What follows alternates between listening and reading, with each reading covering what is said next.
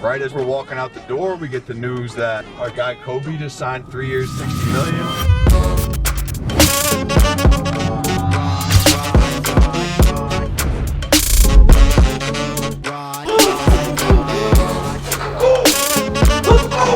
When we both feel like they're playing well and doing the little things right, when the opportunities come, they're going to make plays, and that's what we have to stay consistent with. From the sidelines, we gotta hustle cause we gotta eat. From the sidelines, we got some goals that we still gotta reach. Another week behind the hustle, week 16 in the 2025 NFL season. This is now the Monday after the week 16 Jaguars Broncos matchup. The point of this, we really are trying to do with Behind the Hustle is give you guys a behind the scenes look, not only into our process, but the NFL players process, and just like the reality of what it's like preparing for a game. The best players we coach, the best players we know also put in the most effort off the field. And I think this process that we're sharing is why the Sideline Hustle has been able to create so much success with its clients. We've been able to sustain so much success because we commit to this process right here. And what we are giving you guys a snippet of this week journey and this week process with each guy. This is what we commit to every single week. 18 straight weeks of detail, of feedback, of coaching, of doing extra drill work on and off the field, and just uncovering every stone to make sure we are doing everything we can to be great.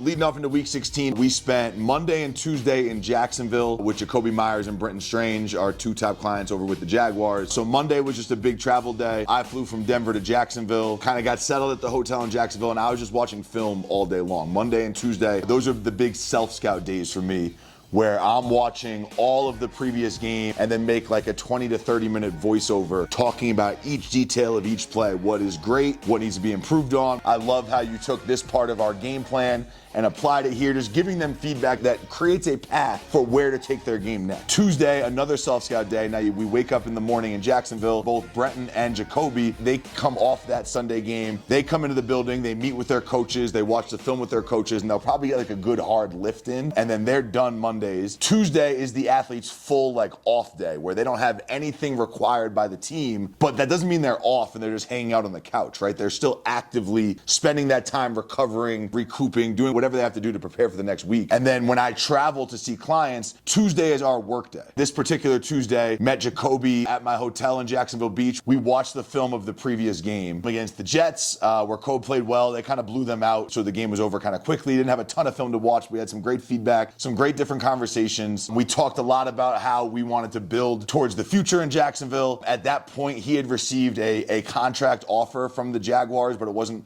quite at the numbers him and his agent wanted, but he's just explaining the process of how, like, hey, I think I see myself here for the future. It was fun for me because, you know, obviously I spent 3 years in Jacksonville with Evan Ingram. Now to have Kobe and Brenton there, it's very familiar for me. It's a place that has a soft spot in my heart. Once we were done watching the film, we went out to the beach. One thing I love about Jacksonville is we do a lot of our off day work on the beach, and I really like having guys walk through the top of their route, having guys walk through different releases. When you do it in the sand, you have to be very intentional with your foot placement. You have to be very intentional with your body positioning, your balance. Because if you're off, you'll slip, things like that, right? And also, like, I can do very minimal workouts with them and they still feel a burn in their legs, which is good. It makes them focus a little bit more. It gets out some of the lactic acid. Whereas, like, you know, when we're on grass and the surface is a little bit easier, it's their off day. I'm not about to run them. I'm not going to make them do a ton of reps. So a lot of times it is very walk-through paced. Even this on the beach being walk-through paced, they still get a conditioning element. They still get sort of like a leg burning element that I think helps reduce soreness, but also makes them focus. So I really enjoy the beach workouts. Kobe and I did about 40 minutes of ball drills, all the different angles, walking through the top of each route he was going to run, just to see the ball, catch the ball, attack the ball from these different angles. Again, making him work the top of the break in the sand. He has to be a little bit more on point with his footwork. Overall, the last time we did this, I think it was week 7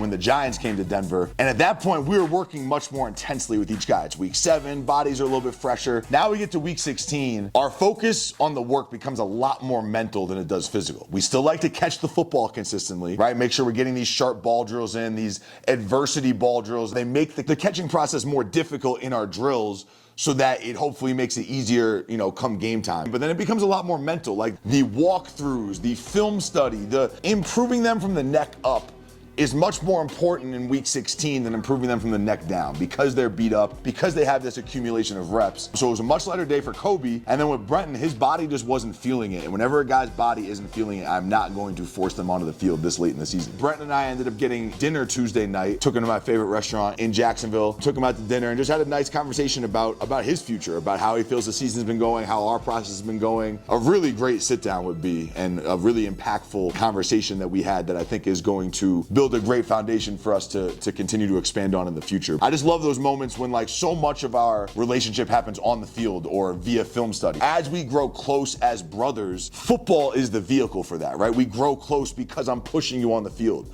We grow close because I'm giving you critical feedback on film and then we're talking about it. But the relationship really starts to expand when we can grow close like in person. We can just have a human to human, man to man conversation, and how do we pour into each other more? And that's what that conversation was with Brenton. It was a really, really great convo. The Jacksonville trip overall was a huge success. Tuesday evening ended up touring Kobe around Jacksonville because as he's thinking about staying there full time, I'm showing him some of the neighborhoods he wants to think about moving to and things like that. Tuesday night, that was a wrap. Again, great trip to Jacksonville overall.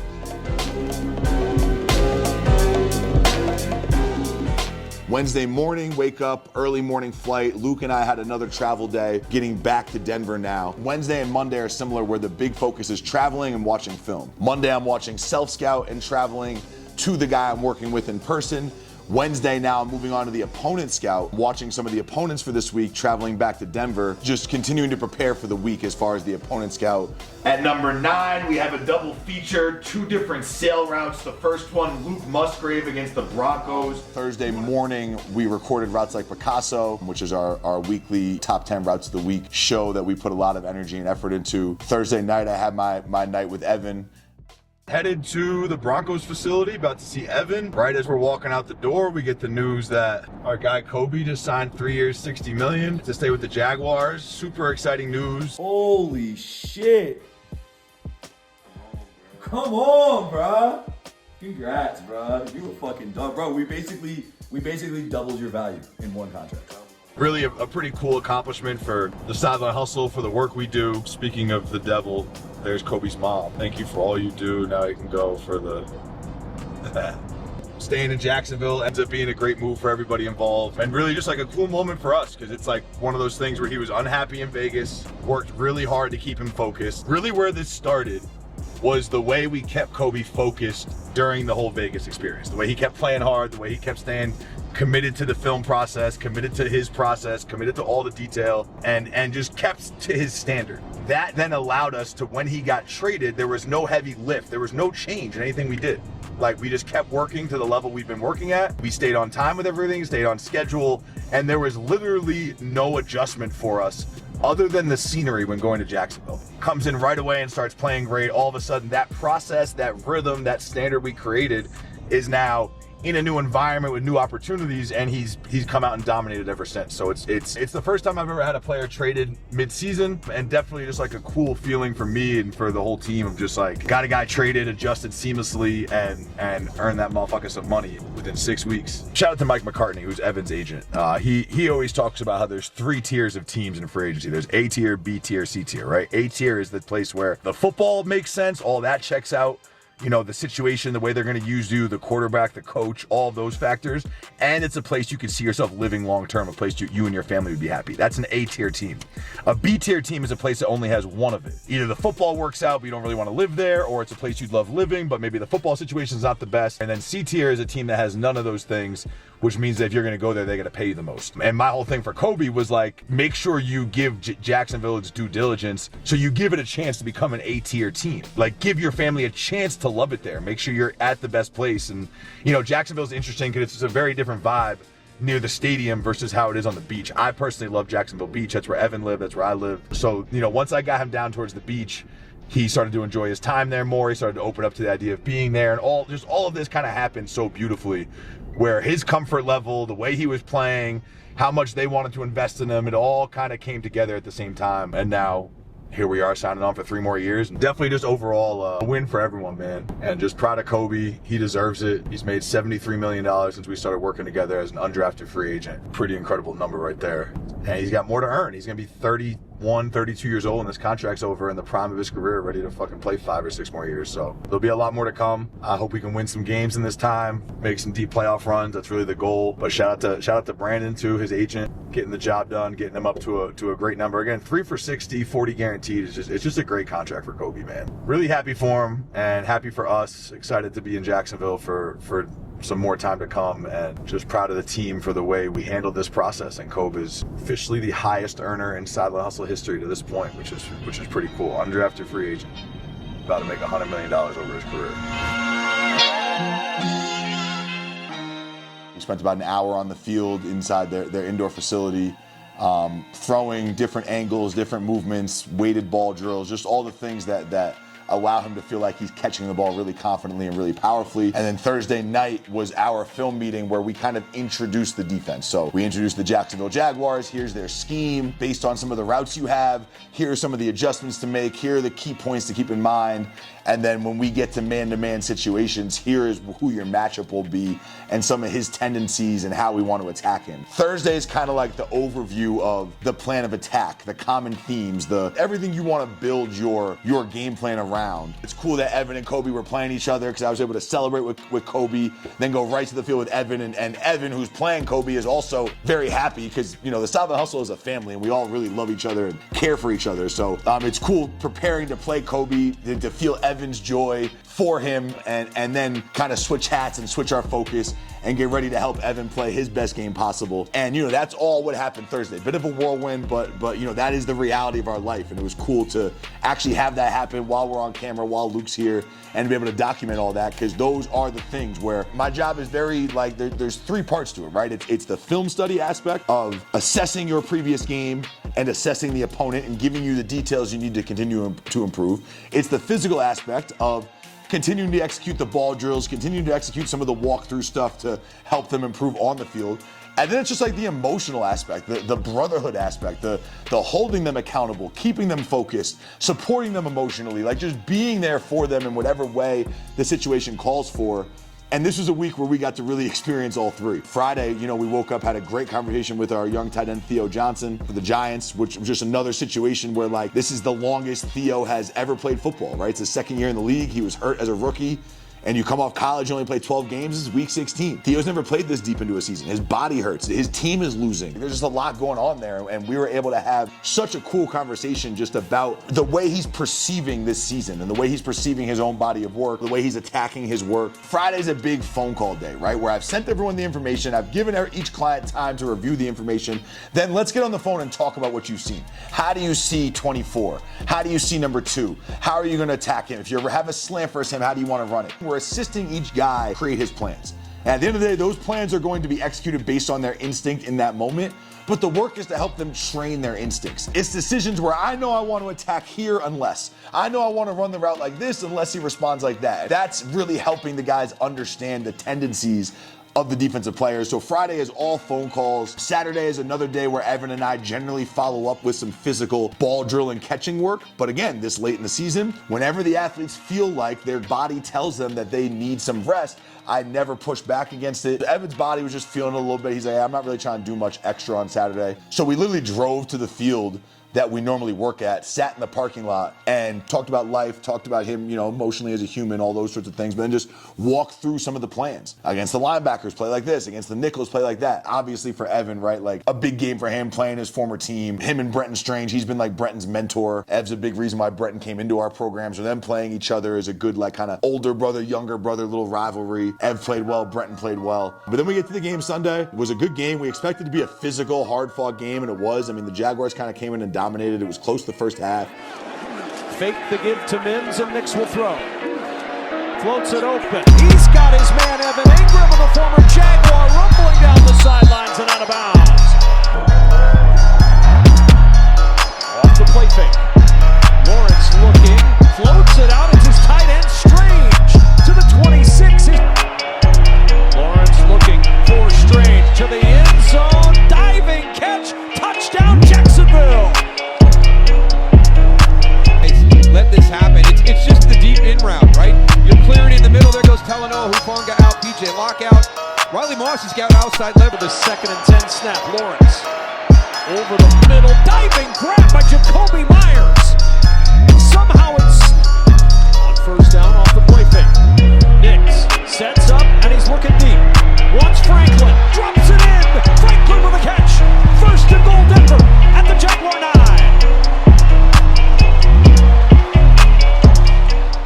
But it was a great game for us to the sideline hustle. I felt like all the guys played well. Ev had 2 catches, 36 yards, I think 4 targets. He had caught a big over route, a big high cross for that kind of changed the game at that particular time. It was one of the best games Evans had, committing to the plan, executing the plan. I was very, very proud of Ev and the way he attacked the details of our work and the way he attacked the Jaguars. Brenton and Kobe both played great. Once Kobe got rolling, ended the half with 2 big catches, and he ended with 2 for 35 the first half, set the team up for a late field goal. Brenton played really well, had a couple big explosive plays, had a great one-hand catch in the end zone for a touchdown. Both guys made plays, like really made a lot of plays. Both guys were consistent. I expected it to be even more low scoring than it was. Teams ended up actually scoring a lot of points, but it was both good defenses. So it's a game where you're not really looking to necessarily make plays in volume. We're not expecting each guy to go for 100 yards when you know you're playing a great defense. You're looking to make the key plays. How focused do I have to be able to make the key play when my number is called? How focused do I have to be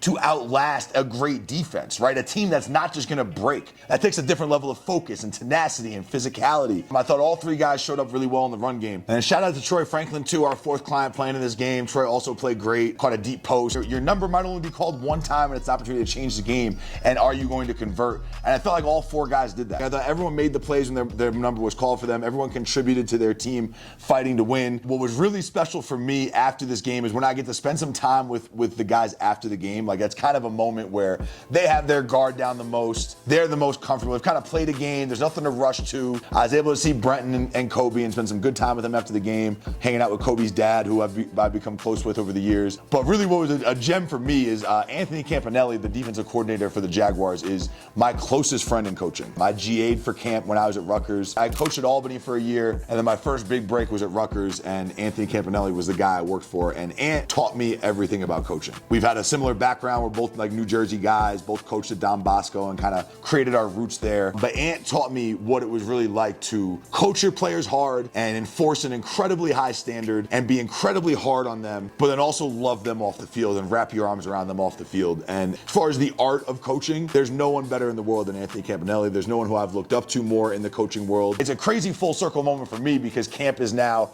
the defensive coordinator at a team that 2 of my top clients play at. I'm able to be in Jacksonville a lot more, able to see him and be around him more. And he's done more for my life and my career probably than anybody. I've had a lot of great mentors, had a lot of people that have really poured into me as a coach, but few have had the impact on me that Campy's had. Talk about filling my cup up and giving me energy that helps me kind of finish this season. But just to watch the way he hasn't changed. He's still so hard on his guys. He speaks life into his guys. He coaches with so much emotion.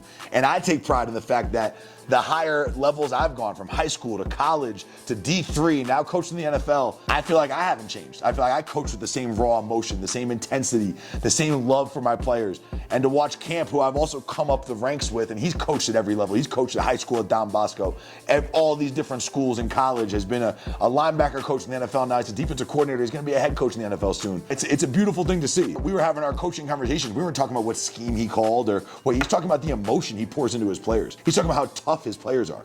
He's looking at my guys, Brenton and Kobe, and saying, those are some tough motherfuckers right there. And that's why they're great. And it's just it reminds you of your roots. It reminds you of what you believe in. And I was telling him that I feel like a huge part of my role is to bring these high profile players back to the foundation, back to reality, to preserve the purity of the game for each one of my guys. Because everything around them is trying to take away from the purity. Jakobi Meyers is getting paid $60 million, $20 million a year, $40 million guaranteed, all that. You know what? Erase all that. Let's come back to the purity. How fucking tough do you feel you played?